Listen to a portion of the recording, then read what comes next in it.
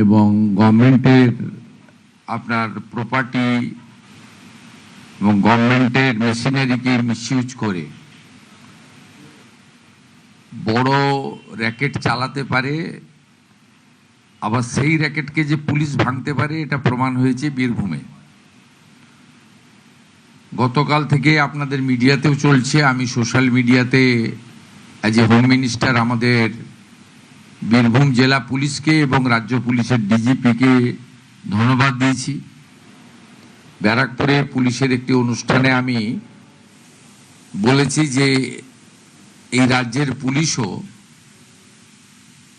অন্য রাজ্যের পুলিশের মতোই অথবা কেন্দ্রীয় এজেন্সির মতোই বা তার থেকেও আরও দক্ষতা নিয়ে তারাও যে সুযোগ পেলে ভালো কাজ করতে পারেন এর প্রমাণ তারা ওখানে রেখেছেন। আপনারা জানেন যে আমি অনেকগুলো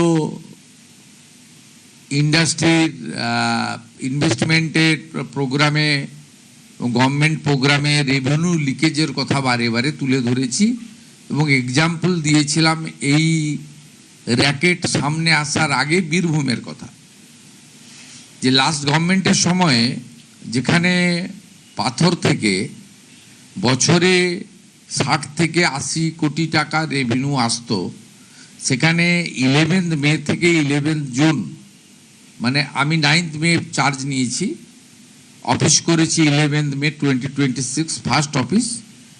এই এক মাসে আমরা 83 crore রুপিস ফ্রম স্টোন ওই একটা জায়গায় একটা জেলা থেকে আমরা পেয়েছি, যেটা এখন 100 crore কাছাকাছি চলে গেছে। এবং আমি সব জায়গায় বলছিলাম 100 কোটি গভর্নমেন্টের ঘরে জমা হতো, 1100 কোটি টাকা সাইফোন হতো, বেরিয়ে যেত।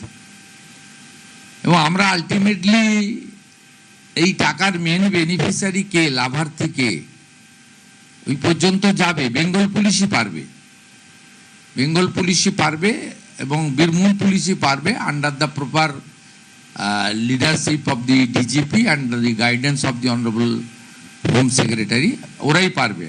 এবং তাদের যা ইলেকট্রনিক সাপোর্ট বা অন্যান্য সাপোর্টস লাগবে তারা সেন্ট্রাল এজেন্সির কাছ থেকেও নিতে পারে, আমাদের এসটিএফ সিআইডির কাছ থেকেও নেবে, কিন্তু আলটিমেটলি পারবে।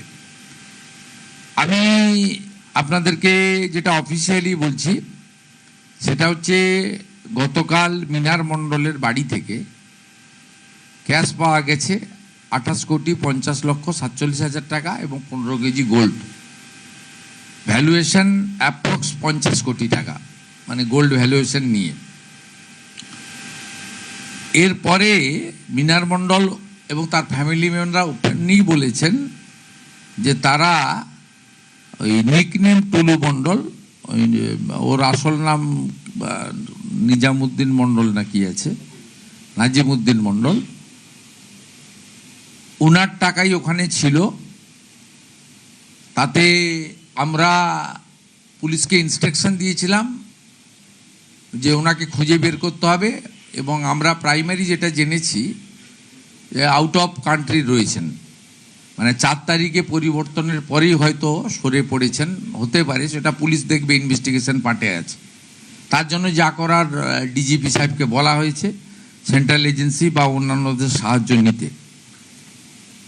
আমরা ওনার যতগুলো অ্যাকাউন্ট এখনো অবধি পেয়েছি, বিভিন্ন অ্যাকাউন্টে 93 কোটি টাকা, সেই 93 কোটি টাকা আমরা টুলু মণ্ডলের অ্যাকাউন্টসগুলোকে আমরা ফ্রিজ করেছি, সমস্ত অ্যাকাউন্টকে নন অপারেটিং করার জন্য ফ্রিজ করা হয়েছে। এর বাইরেও ক্যাশ রিকভারি করা হয়েছে 53 লক্ষ টাকা, আর আমাদের gold ornament 268 gram, 400 silver 400 gram, platinum jewellery around 23 gram. এছাড়াও আপনার 3 ক্যাশ কাউন্টিং মেশিন পাওয়া গেছে, 1 computer, 2 pen drives, 1 CPU and several documents like road challan, DCR, money receipt, checkbook, এছাড়াও আপনার 83টা ট্রাক আর ড্রাম্পার, 83, সেটাকেও সিজার লিস্টে নেওয়া হয়েছে। এর বাইরে আমরা 21টা প্রপার্টি পেয়েছি, সেটা আন্ডার প্রসেস রয়েছে। প্রপার্টি, এই প্রপার্টি লিস্টের মধ্যে আপনার রয়েছে 7টা বাড়ি, একটা ফার্ম হাউস, 2টো পেট্রোল পাম্প, একটা ব্রিক কিল, একটা পার্কিং, 3টে স্টোন মাইন, 2টো ক্রাশার এবং আদার্স সব মিলিয়ে মোট 21টা প্রপার্টি। এই জায়গার পরিমাণ হচ্ছে 300 বিঘা।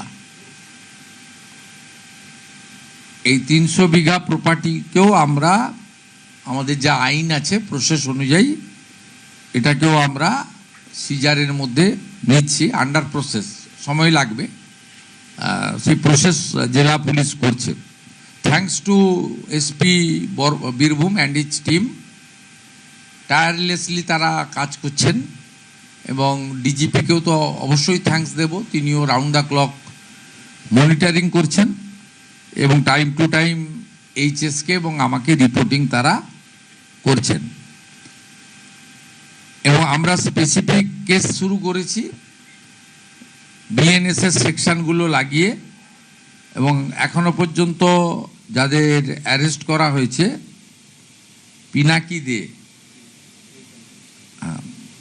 মিনার মণ্ডল অ্যারেস্ট হয়েছে, আর ইন্টারোগেশনের জন্য আনা হয়েছে 5 জনকে। Pinaki De main accountant, Rakibur Islam assistant accountant, Kausar manager of petrol pump, এরকম মোট 5 জনকে ডিটেন করা হয়েছে। এদের মধ্যে যদি কোনো ফাউল কিছু থাকে সেটা তাদেরকে পুলিশ আইন অনুযায়ী ব্যবস্থা নেবে। আর 300 বিঘার জায়গার সাথে সাথে 83টা ট্রাকের সাথে সাথে অল টাইপ অফ ভেহিকেলস সিজ করা হয়েছে 242টি। তার মধ্যে ট্রাক আছে, ডাম্পার আছে, কার আছে, বিএমডাব্লিউ আছে, অডি আছে, এই সব মিলিয়ে 242টি আপনার মোট আপনার সিজ করা হয়েছে। It's a big racket. এরকম বহু জেলাতে আছে, বহু জায়গা আছে। আমাদের সরকার যে কমিটমেন্টের উপরে এসেছিল যে ক্র্যাকডাউন করব এবং যা আইনে ব্যবস্থা নেব এবং এগুলো সিজ করব, অকশন করব এবং যা যা লাগানোর লাগাবো, এবং এই যে হিউজ মিনিমাম 1000 কোটি টাকা একটা আইটেমে একটা জেলা থেকে রেভিনিউ লস, অর্থাৎ গত 15 বছর যারা সরকার চালিয়েছেন শুধু একটা জেলা থেকে একটা আইটেমের উপরেই 15,000 কোটি টাকা পশ্চিমবঙ্গের জনগণের রেভিনিউর টাকা, যেটা দিয়ে সরকার অনেক উন্নয়ন করতে পারতেন, চাকরি দিতে পারতেন, সেটা লিকেজ হয়েছে। তাই মূল যে লাভার্থী, মেন যে বেনিফিশিয়ারি, তাকেও আমরা খুঁজে বের করার জন্য যা যা করার, যতদূর যাওয়ার আমরা যাব। আজকেও পশ্চিমবঙ্গ পুলিশ একটা সাফল্য পেয়েছে, এসটিএফ একজন জঙ্গিকে অ্যারেস্ট করেছে তার কাশ্মীরের। It's a very sensitive issue, I am not passing any comment. আগামীকাল এসটিএফ এর পক্ষ থেকে একটা প্রেস ব্রিফিং আপনাদেরকে দিয়ে দেবে, কারণ না না, I am not passing any comment. It's a very sensitive issue. এটা ইন্টারন্যাশনাল কানেকশনের বিষয় আছে, ন্যাশনাল সেফটি সিকিউরিটির বিষয় রয়েছে। ইনিশিয়ালি এটা নিয়ে আমার অন্তত কিছু বলা উচিত নয়। এটা এসটিএফ ডিটেলসে বলবে। আজকে পিসি নেবে বর্ধমানে, তারপরে তাদের কাছে এলে তারা আরও ইলেকট্রনিক ডিভাইসগুলোকে অ্যাসেসমেন্ট করতে হবে। এটা এভাবে বলা যায় না, প্লিজ ওয়েট। আমরা বারবার দেখেছি আপনি যখন বিরোধী দলনেতা ছিলেন, বর্ডারটাকে সিকিউর করার জন্য আপনি বারবার। এটা তো ন্যাশনাল সিকিউরিটি আমার একার কথা নয়।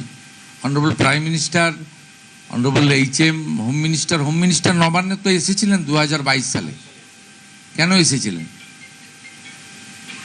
এখানে পূর্বাঞ্চলে 4টে CM-কে নিয়ে মিটিং হয়েছিল, রিজিওনাল মিটিং। কিন্তু আমরা যখন উনি লেফট করছিলেন, সিঅপ করতে গেছিলাম আমি এবং ডক্টর সুকান্ত মজুমদার, আমরা জিজ্ঞেস করেছিলাম যে আপনি ওখানে চলে গেলেন।